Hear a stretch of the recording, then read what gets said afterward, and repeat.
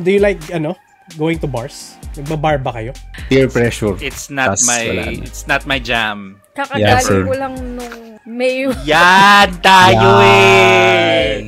Ano lang. For the experience. Ano lang? Para lang mag-explore. Anong bar? Agua yung name niya sa sa Adonis? No, parang super club siya sa Cebu. Sa may siya, Super waterfront club. hotel. Agua yung name nung May party peoples pala dito. Hindi. Party peoples! Familiar naman kayo, no? VTubing, no? Yes. Yeah. VTuber. Sinubukan ko. Yan. Pero nakita na yung mukha ko, so wala rin kwenta. So, kailangan kasi sexy babae gamitin mo. Kasi jokes aside, apparently sa Japan is meron nga mga bars na nag-open, pero instead of real people, VTuber ang makakaharap mo. So, hindi kayo nagbabar before, will this entice you? No. No pa rin? Ako no. No. Hindi nga ako uminom eh. Wow! Mga sinungaling. Wow! Buti ka pa, yung isa dyan tipsy na eh. Oo nga yun, diba? Yung sinasabi nung isa dito, hindi bar eh, club eh. Bar! Tsaka galing ako, may bar ako pinuntahan, siya, nasa taas siya ng building. Sobrang ganda nga nung pinuntahan ko, yung ganyan. Hilltop? Hindi, anong hilltop? Bago ako pumunta dun sa waterfront for the party. Party. Alam na. Party people talaga eh. Yun nga, instead of real people, VTuber yun dating nila. So parang ang labas is parang merong screen or hindi naman screen, parang hologram dating niya. And then instead na bartender na makakausap mo, yung VTuber mismo yun nandun. And then, meron ka ding opportunity na, kasi sa Japan to, di ba, may mga parang hostess silang tinatawag. Nag-i-entertain sila pagka pupunta ka sa mga bar. Imbis na real life na tao, or real life na bartender, yung mo is virtual na avatar. Karanasan is waifu, pero meron din para sa mga babae. Kung gusto mo na husbando.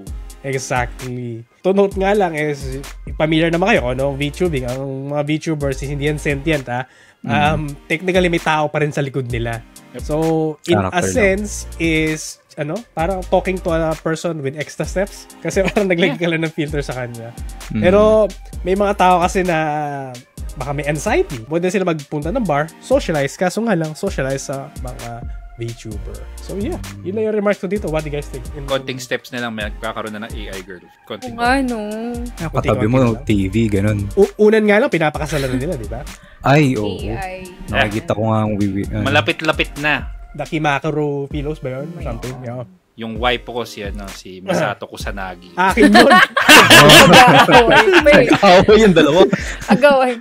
Alam ko yung trigger niya eh. Kasi alam ko kasi yung mga trip niya eh. May naalala nga ako, nakipagkasal ata kay Hatsune Miku. Okay, yung hologram nga pala. Yung Nikki, na. Kayo ba? Interesado? Ikaw ba, Shell? Interesado ka ba? Punta ka bar game, puro husbando. Mas gusto ko na. Wala namang gacha na involved eh. Naka-roll na eh. So, pero gusto ko lang makita. Pero hindi ko siya like yung May love siya dun sa kasi wala pala sa baka wala pala sa realm of reality. Yeah. Yung hinahanap mo. Baka nandun sa VTubing AI pala circle yung partner mo. Naging AI yung jowa, mga ganun. Pipili ng mukha niya. Gusto ko kamukha niya si Gerald Toprivia. Mga ganun.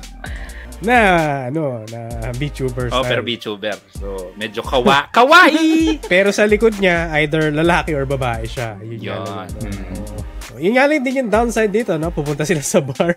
Ang ganda-ganda nung anime avatar, tapos naka-voice changer lang pala. Na-chiksilog ka, Tapos wala yung filter, bigla nakita yung mukha ng lalaki, ganun. Mga accident na ganun, May possibility, yes. Pero sa mga nanonood dyan, what do you guys think? Is this something that you're gonna be interested? Let us know in the comments. Gusto nyo ba magkaroon dito? Gusto nyo ba magkaroon dito? Mag-i-invest si Jok. Magbi-business. Saudi Prince. Sa Need for Speed kanina, si Reconnecting tsaka si Bicolano, inabangan daw nila yon. Pero ang question nila is baka meron daw microtransactions. For sure. Of course. No. Mobile. Mobile eh. Wala na, puro filter na to. Tinitignan ko kung okay, sige, go. Okay na. Wala. Next topic. Mag-comment kayo ng wholesome. Kasi nabugbog na naman si Shell sa comments. Pinagtitripan dyan, silipin ko nga. That's all the topics we have for today. Sa shoutout nga pala kay Lampas Supato, kay Licious, Reconnecting PH, and then kay MKR Stranger, Markel Strangeles, Markel Strangeles, Balolo 23, Lilos Nuisim, X-Boom, tsaka si RDK.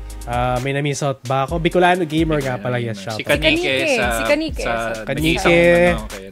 Yes, sana po ma-unban ng inyong Huwag mo na kasing ulitin yun. Huwag mo na ulitin. Then kay Lampas Hupa din nga pala. So, hello, Lampas Hupa.